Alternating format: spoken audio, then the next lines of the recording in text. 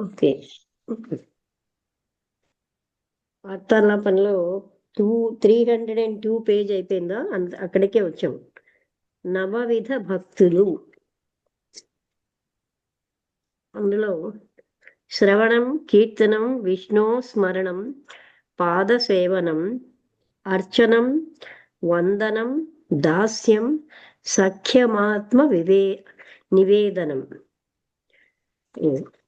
అంటే దీన్ని చదవాలంటే వేరే ఒక లెన్స్ ఉండాలి.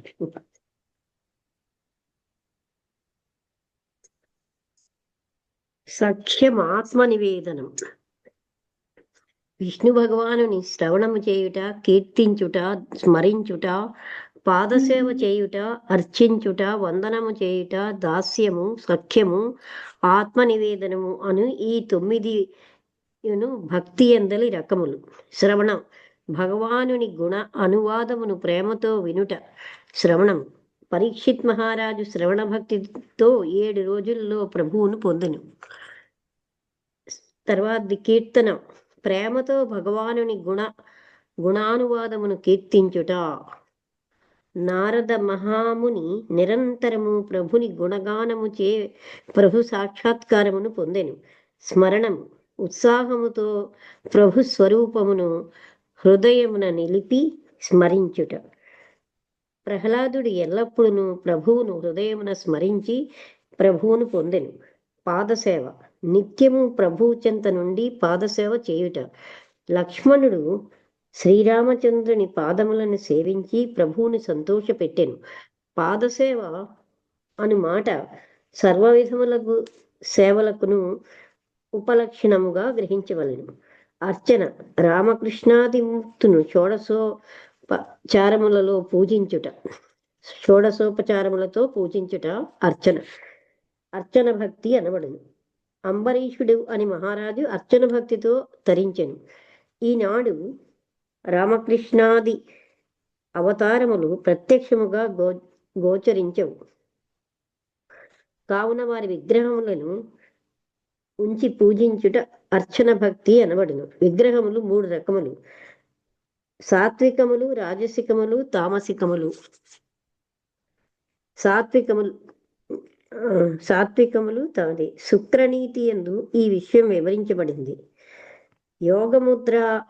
ముద్రాన్విత, స్వస్థావరాభయకరాన్విత, దేవేంద్రాదిస్తుతాయాచ సాత్వికీ సా ప్రకీర్తిత.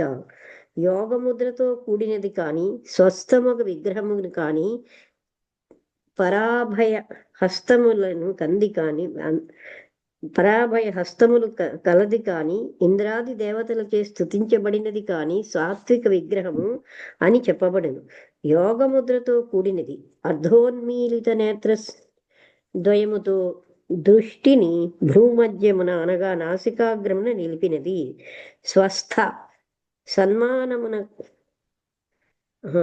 పద్మాసనమున శాంత భంగిమలో ఉన్నది స్వస్థ విగ్రహం. పరాభయంకరాన్విత అంటే అభయ వరదహస్తముతో కూడినది, వరములను అభయమును ఇచ్చుచున్నట్లు ఉన్న విగ్రహం. ఎందుచేత ఎడమ చేయి పైకి ఎత్తి చూచుచు అభయమును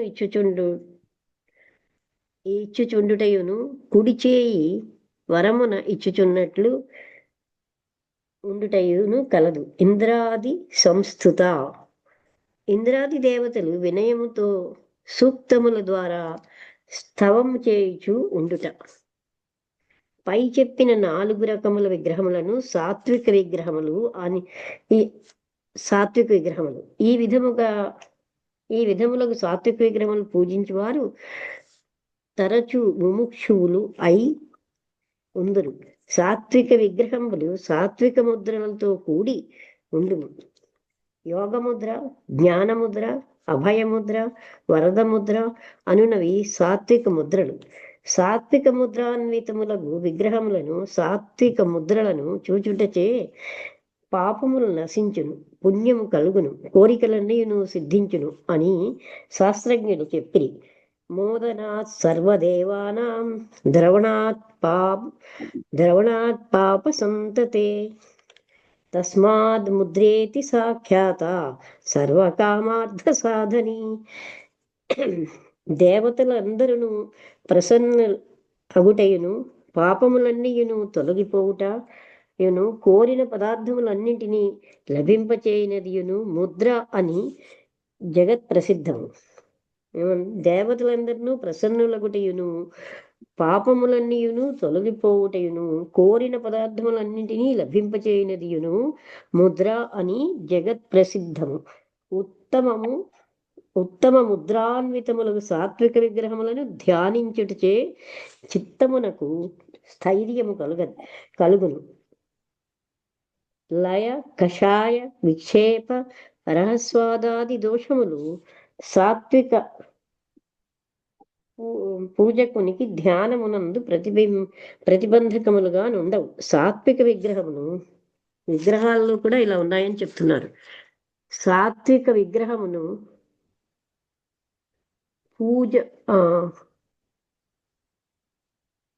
సాత్విక పూజకునికి ధ్యానమునందు ప్రతిబంధకములుగా నుండవు. సాత్విక విగ్రహమును అర్చించుటచే ధ్యానాదుల ద్వారా జ్ఞానము కలుగును. సత్వాత్ సంజాయతే జ్ఞానం అని చెప్పబడింది. సాత్విక విగ్రహములను ధ్యానించుటచే సత్వగుణ విశిష్టులకు సత్పురుషుల ఉపదేశముల చే సత్వాది ధన్యముచే జ్ఞానోత్పత్తి అగును. అనన్య భావముతో సాత్విక విగ్రహారాధన చేయుచున్న భగవద్భక్తుని హృదయమున నేను దాసుడను అనుభావము ప్రథమమున ఉద్భవించును. ఇంకను పరిపాకమును పొందిన పిమ్మట పూజకుని హృదయమున పూజ్యుడగు దేవుడు నాసత్వము అనే భావం కలుగును. ఈ భావన పరిపాకాంతమున పూజ్యుడు తన స్వరూపమని అంగీకరించును. మధుసూదన సరస్వతి స్వాముల వారు భగవానుని శరణు చొచ్చినచో సాధనా పరిపక్వము కలిగినంతనే ముముక్షత్వం లభించును అని చెప్పిరి.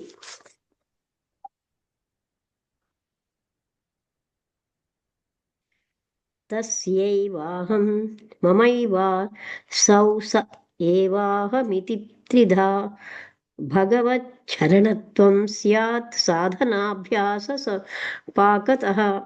సాధనాభ్యాసం పరిపక్వమైన కొలదియు భగవానుని శరణునందు క్రమక్రమముగా 3 రకముల భావ పరివర్తనం కలుగును. 1 నేను అతని వాదము. 2 భగవానుడు నావాడు, నేను అతనినే.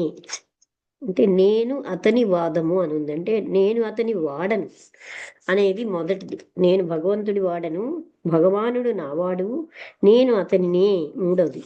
పై చెప్పబడిన సాత్విక విగ్రహారాధన చేయువాడు పరిపక్వావస్థయందు పూజ్యుడే అగును. శుక్రనీతి ఎందు చెప్పబడినది. రాజస విగ్రహం తిష్టతి వాహనస్థావా నానాభరణ భూషిత యాసస్త్రాస్త్ర భయవరకర సా రాజసీ స్మృత. నిలబడి కాని వాహనంపై కూర్చుని కాని వివిధ అలంకారములతో అలంకరించబడి కాని శస్త్రాస్త్రములతోనూ వరదాభయ హస్తములతోనూ కాని ఉన్న విగ్రహము రాజస విగ్రహము. అర్ధార్థులకు అర్చకులు తరచూ రాజస విగ్రహములను పూజించుదురు. రాజస విగ్రహ లక్షణము శాస్త్రజ్ఞులు ఇట్లు చెప్పిరి. నిలబడి కాని గరుడ వృషభ సింహాది వాహన ఆరూఢమైనది కాని ఉన్నను అనేక విధములకు అలంకారములను అలంకరించుకొని వివిధ శస్త్రాస్త్రములను ధరించి అభయ వరదహస్తములతో ఉన్నను అట్టి విగ్రహము రాజస విగ్రహము అనబడను. రాజస విగ్రహమును పూజించు వారి హృదయములందు సాత్విక భావములు ఉదయించుట అరుదు. ఏలననా దేవత యొక్క ఆకారమును బట్టి ధ్యానము చేయి వాని హృదయ భావములు నిర్మితమగును. తర్వాతది తామస విగ్రహం. తమోగుణ విశిష్టమగు విగ్రహమును గురించి శుక్రనీతి ఇట్లు చెప్పుచున్నది. శస్త్రాస్త్రైర్ధైత్యహంత్రీయా ఉగ్రరూపధరా సదా యుద్ధాభినందినీ సా తామసీ ప్రతిమోచిత. శస్త్రాస్త్రములతో దైత్య సంహారము చేయునట్టిదియు ఎల్లప్పుడూ ఉగ్రరూపమును ధరించినట్టిదియును యుద్ధమునందు ఆనందమును కలిగి ఉండు నట్టిదియును అగు విగ్రహము తామస విగ్రహము అనబడును.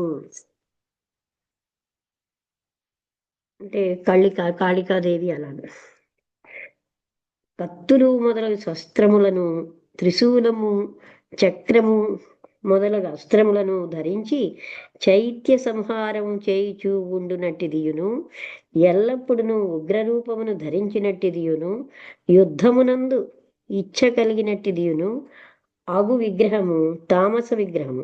ఇట్టి విగ్రహము తమోగుణ విశిష్టులకు అర్థార్థులు పూజించెదరు. ఆ పూజల వలన కలుగు ఫలితము స్వల్పమే. తామస ప్రతిమను పూజ కాని ధ్యానం కాని చేయి వారికి సాత్విక మనస్తత్వం కలగదు. ఏలననా తమోగుణ విశిష్టమగు విగ్రహమును పూజించుచుడిచే వారి అతని మనస్సునందు తామస భావములే జనించును. వందనము. సాష్టాంగ దండ ప్రమాణము. ప్రభు చరణమునకు ప్రేమతో నమస్కరించుట వందన భక్తి అనబడును. అక్రూరుడు శ్రీకృష్ణ పరమాత్మునకు అత్యంతమగు ప్రేమతో నమస్కరించి ప్రభువును పొందెను.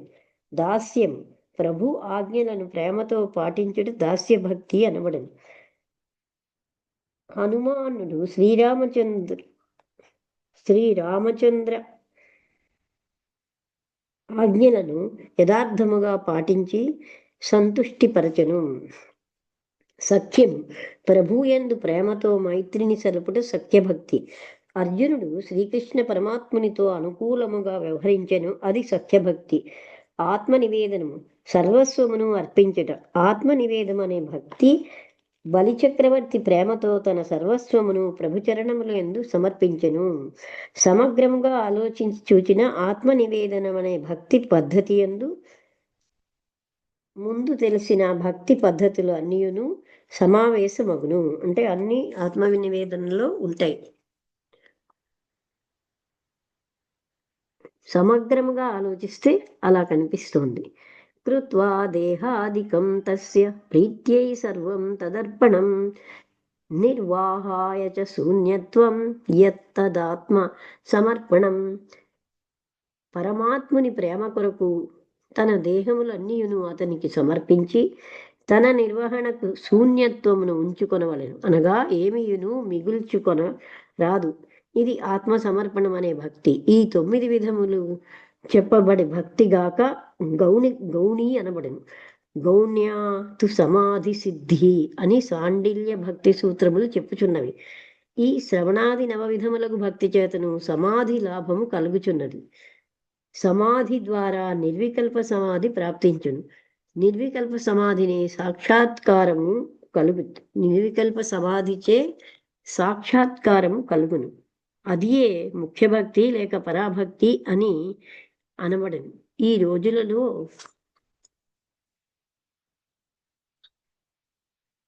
మీరందరూ చెప్పున్నది నిజమకు భక్తి కాదు. శ్రవణ కీర్తనాదులు 8 మాత్రమే కనిపించును, మాత్రమే కాబోలు. కానీ ఆత్మనివేదనం మాత్రము కానవచ్చుట్లేదు. ఆత్మనివేదనం తప్ప మిగిలిన అన్నియును భక్తి యొక్క ఆభాస మాత్రములే. ప్రభువుపై ఆస్తిక్య బుద్ధి లేకపోతే ఇందుకు కారణం. ఆస్తిక్య బుద్ధి ఉన్నచో రేపు గురించి చింతించవలసిన అవసరం ఏమి. గీతా పండితుని ఆస్తిక్య బుద్ధి అని హెడ్డింగ్ ఉంది. ఒకానొక గ్రామంలో ఒక బ్రాహ్మణ పండితుడు ఉండేవాడు. అతడు శ్రీకృష్ణ పరమాత్ముని పరమభక్తుడు. నిత్యము గీతను పఠించుచుండెడివాడు. అందుచే అతడు గీతా పండితుడని పిలువబడేవాడు. అయాచితముగా అనాయాసముగా లభించిన దానితో కుటుంబ పోషణం చేసేడివాడు. ఈ విధముగా జరుగుచుండగా ఒకప్పుడు పెద్ద కరువు వచ్చెను. అందుచే జీవిత నిర్వహణము కష్టమయ్యెను. భార్య అతనితో కుటుంబ నిర్వహణమునకు పురుషార్థమును చేయమని అనేక మారులు చెప్పుచుండెడిది. ఇంతవరకును నేను యోచించలేదు, కావున ఇక ముందు యోచించుటకు వెళ్ళను అని అతడు చెప్పెను. అంతట భార్య ఇట్ల నేను, పిల్లలు ఏదియో ఒకటి ఆయవారం అడిగి తీసుకొని రండు. పిల్లలు మనము ఆకలితో చచ్చిపోచున్నాము. బ్రాహ్మణులం కదా, గ్రామంలోనికి వెళ్ళి ఏదియో ఒకటి ఆయవారం అడిగి తీసుకొని రండు. అందుకు కూడా ఆ బ్రాహ్మణుడు ఇష్టపడలేదు. ప్రభువునందు శ్రద్ధాభక్తులను కలిగి ఉండమని చెప్పాను. ప్రభువునందు శ్రద్ధాభక్తులు కలిగి ఉండుటచే కడుపు నిండదు అని భార్య మరలా సమాధానము చెప్పాను. అంతట గీతా పండితుడు ఆమెకి ఇట్లు నచ్చచెప్పెను. గీత యందు శ్రీకృష్ణ పరమాత్ముడు చెప్పెను, అనన్యాశ్చింతయంతో మాం ఏ జనాః పర్యుపాసతే తేషాం నిత్యాభియుక్తానాం యోగక్షేమం వహామ్యహం. నా యందలి అనన్య భక్తితో నన్ను చింతన చేయుచు, నన్ను ఉపాసించుచు, నా యందు నిత్యము ప్రేమను చూపుచూ ఉండు నా భక్తుల యోగక్షేమములను నేను చూచెదను. యోగము అనగా లభించునట్లు చేయుట, లభించనిది లభించునట్లు చేయుట. క్షేమము అనగా లభించిన దానిని కాపాడుట. గీత యందు శ్రీకృష్ణ భగవానుడు చెప్పిన ప్రకారము ఆయన యందు శ్రద్ధ కలిగి ఉండుము అని బ్రాహ్మణుడు భార్యతో చెప్పాను. దానికి ఆమె ఇట్లా నేను,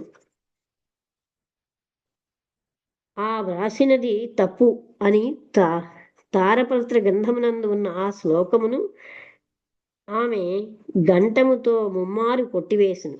అంతట గీతా పండితుడు మిగుల కోపించి చెప్పెను, నా ప్రభు నందు నీకు నమ్మకము లేదా? ఇది ఏమి ఇట్లు చేసితివి అని మిక్కిలి ఖేదముతో ఆయన ఇంటి నుండి బయలువెడి ఒక ఏకాంత స్థానమును గీతాపాఠం చేయి కూర్చెను. అటు తర్వాత ఒక యువకుడకు గొల్ల ఒక కావిడిలో పప్పు, పిండి, నెయ్యి, పెరుగు, పంచదార, కూరలు మొదలగు పదార్థములను తీసుకొని గీతా పండితుని ఇంటికి వచ్చెను. అతడు కావిడి దింపుకుని ఎంతయో అలసిపోయినట్లు కూర్చెను. గీతా పండితుని భార్య అతనిని అడిగాను, ఇవి అన్నీ నువ్వు ఎవరు పంపిరి? మా యజమాని సేతుగారు ఆ సామానులు స్వయం పాకమునకు మీ పంపెను, తీసుకొనుడు అని గొల్ల సమాధానము చెప్పెను. గీతా పండితుని భార్య సంతోషించి వంట వండెను. వంటకములను భుజించి వెళ్ళమని ఆ గొల్లను ఆమె పట్టుబట్టెను. కానీ గొల్ల సమాధానం చెప్పెను, నాకు భుజించు సామర్థ్యము లేదు. నా నాలుకపై 3 పుండ్లు పడి ఉన్నవి. వాని నుండి రక్తము స్రవించుచున్నది. అమ్మా, నేను వెళ్ళుచున్నాను. గీతా పండితుని భార్య అడిగెను, పండితులు వచ్చి అడిగినచో ఏమని చెప్పుదును? గొల్ల జవాబు చెప్పెను, నాలుకేందు 3 పుండ్లు ఉన్న మనుష్యుడు వచ్చి ఈ స్వయం పాకమును ఇచ్చినని చెప్పుడు.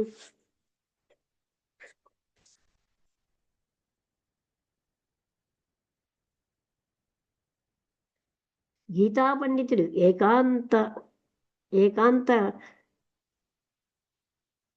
ఏకాంతమున రోజంతయును ఉండి సాయంకాలం ఇంటికి వచ్చెను. అంతట ఇంటిలోనున్న మంచి ఆహార పదార్థములను చూచి విస్మయముతో అడిగెను, ఇవి అన్నీ ఎక్కడి నుండి వచ్చి తెచ్చితివి?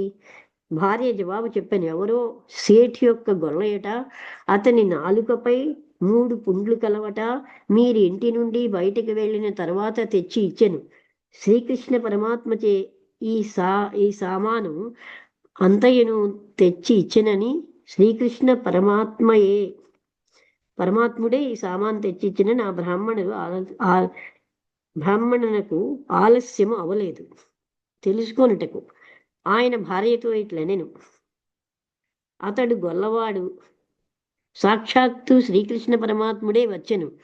నీ వంటి పాపాత్మురాలకి దర్శనమిచ్చను, కానీ నేను మాత్రము యథాప్రకారముగానే ఉన్నాను అని. అవి నాలుక మీద పుండ్లు కావు, నీ గంటపు కొట్టివేతలు. ఇప్పుడైనా తెలుసుకొని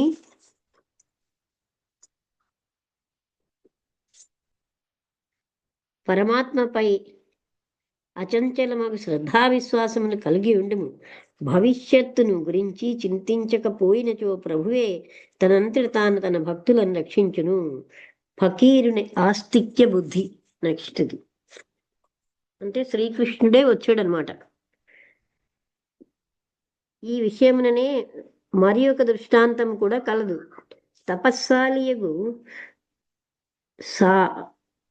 సాహానుజుకు పరమ ధార్మికురాలును యవ్వనవతియును అగు కన్యక ఒక్కతే ఉండే. కేర్మాను దేశపు చక్రవర్తి ఆ కన్యను తనకు పరిణయమాడనిమ్మని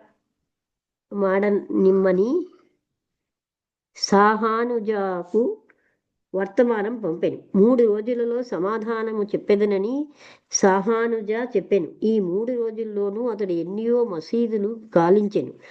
3వ రోజున అతడు మసీదులో ఒక యువకుడగు ఫకీరును కాంచెను. అతడు ఎంతయో భావయుక్తముగా నమాజు చదువుచుండెను. అతని నమాజు పూర్తి అగు వరకును అతడు అక్కడ నిలబడి ఉండెను. నమాజు పూర్తి అయిన తదుపరి ఆ ఫకీరును సాహనుజ అడిగెను, ఓ యువకుడా, నీకు వివాహం అయినదా?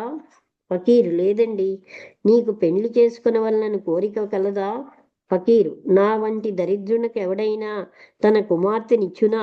నా దగ్గర 3 డబ్బు కంటే మించి లేవు. సాహనుజ, నా కుమార్తెని నీకు ఇచ్చి పెళ్లి చేయుదును. ఆ 3 డబ్బులలోనూ ఒక డబ్బుతో సాంబ్రాణి, మరొక డబ్బుతో రొట్టె, ఇంకొక డబ్బుతో పటిక బెల్లము కొనుక్కుని రమ్ము.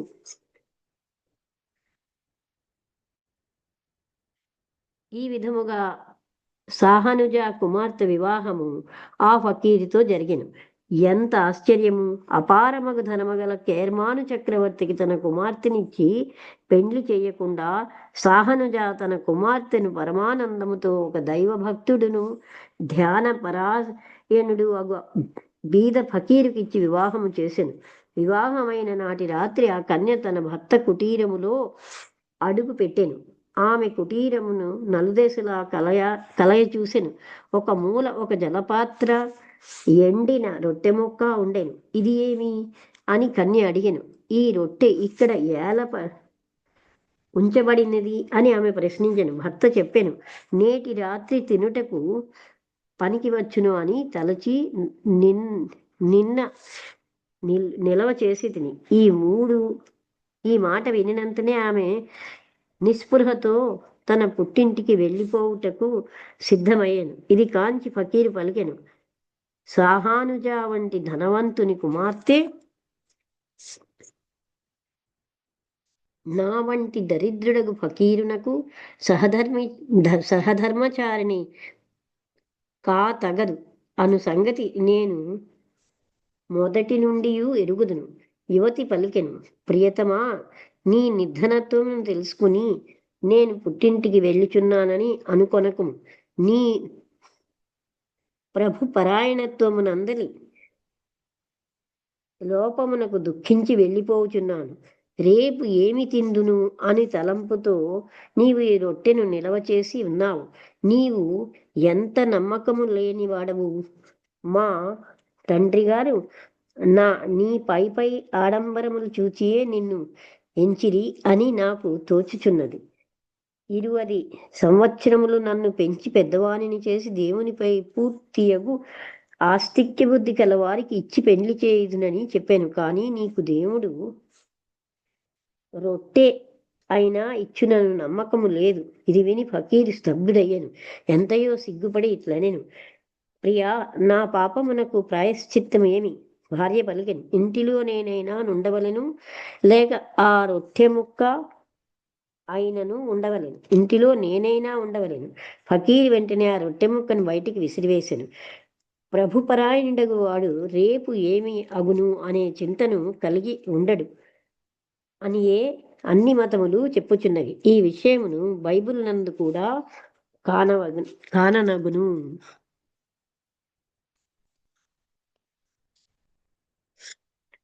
ఇక క్రీస్తు ఆస్తిక్య బుద్ధి అంది.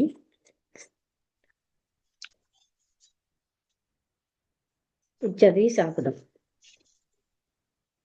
అలాగే.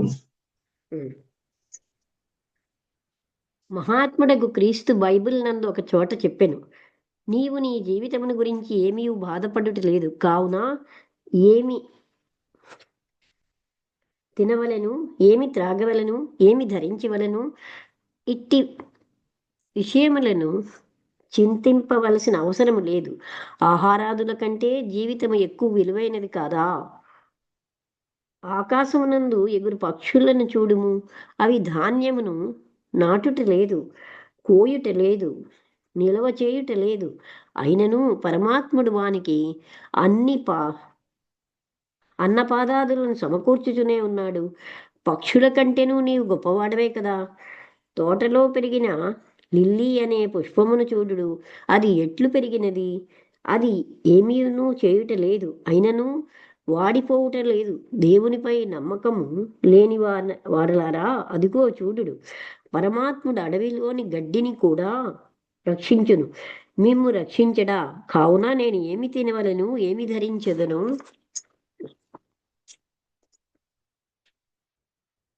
మొదలగు ఆలోచనలను ఎప్పుడునూ కలిగి ఉండరాదు. ఏలననా ప్రాపంచిక జనులు ఎల్లప్పుడూ ఈ వస్తువులను గురించి బాధపడుచుందరు. నీకు ఈ వస్తువులన్నీ కావాలనని పరమాత్మునకు తెలియను. ముందు నీవు ప్రభువు యొక్క రాజ్యమును, ఆయన యొక్క సత్య ప్రయత్నమును శోధించి తెలుసుకొనుము. అప్పుడు ఈ వస్తువులన్నీను వాటంతటవియే నీకు లభించును. కావున ఆలోచించవద్దు, రేపు వచ్చినచో అదియే ఈ వస్తువులన్నిటినీ చూచుకొనును. నేటి అనర్థములన్నింటినీ గురించి నేడే ఆలోచించవలను. పరమాత్మలు సైతాను అనగా మాయ ఇరువురును ఒకే మారు భజించబడరు. సంక్షేమముగా చెప్పవలననా, మీరు నాస్తికులే, అందుచేతనే మీకు పరమాత్మునిపై శ్రద్ధ లేదు, అందుచేతనే రేపటి సంగతి ఆలోచించుచున్నారు. పరమాత్ముడు మాయ, ఈ రెండును ఒకే మారు లభించవు అనే విషయమును గురించి కబీరు సాహాబు కూడా చెప్పెను. ప్రభువుపై ప్రేమ కలదో బంధనాది మాయక పదార్థములపై ప్రేమ ఉండదు. ధనాది మాయక పదార్థములపై ప్రేమ ఉన్న చోట ప్రభునిపై ప్రేమ ఉండదు. నిజమగు ప్రభుభక్తి ఉన్న చోటనే వైరాగ్యం కూడా కనిపించును. ఇక్కడ కాపుదామండి. మీది ఏంటంటే పేజ్ నెంబర్ చెప్పాలా?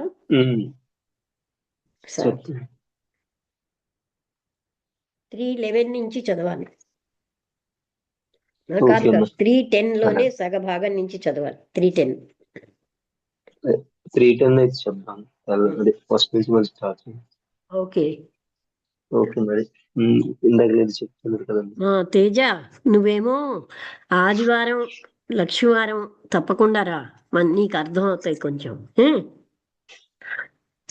ఉన్నాడా తేజ? అదే ఈ తేజ ఎవరు తెలుసా? రమణ వాళ్ళ భార్య అక్కయ్య కొడుకు తేజ, తెలుసు కదా, మన ఇంటికి వస్తాడు. అవునమ్మా తెలుసు. నిన్న ఇగో ఈ దీంతో వచ్చిన వాడు తేజావే, జవాబు చెప్పలేదు, ఇవాళ చెప్పాడు. అది లాస్ట్ లో కొంచెం చెప్పాడు నెంబర్ మార్చి. ఓకే, ముగించేస్తున్నానండి.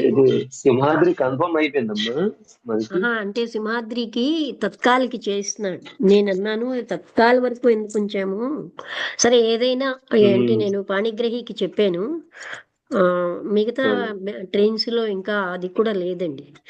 జన్మభూమి కంటే సింహాద్రి బెటర్ అని సింహాద్రికి చేయిస్తున్నాం. జన్మభూమి అంటే మరీ ఎర్లీగా వెళ్ళిపోవాలి కదా. చెప్పు తేజ, చెప్పు. మీరు ఎప్పుడెప్పుడు రమ్మనమ్మా? రేపు వెళ్తామమ్మా. రమ్మా కదమ్మా.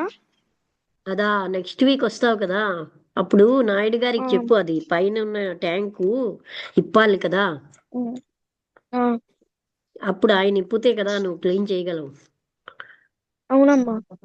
అది నువ్వు ముందుగా చెప్పాలి, నీళ్ళు ఎన్ని ఉన్నాయో నాకు తెలియట్లేదు. అంటే సండే కాకుండా చెయ్యి. సండే కాకుండా అమ్మా ఆ, ఆ, ఈ వివో సండే వై కాకుండా 16 ఎవరు? Vivo Y 16 Vivo. ఎవరు? ఆ, ఎవరో కొత్త వస్తున్నాయి. చంద్రావా? వివో వై 16 ఎవరమ్మా? మమ్మీ వివో Y16 నీదే కదా ఫోను అది ఆ?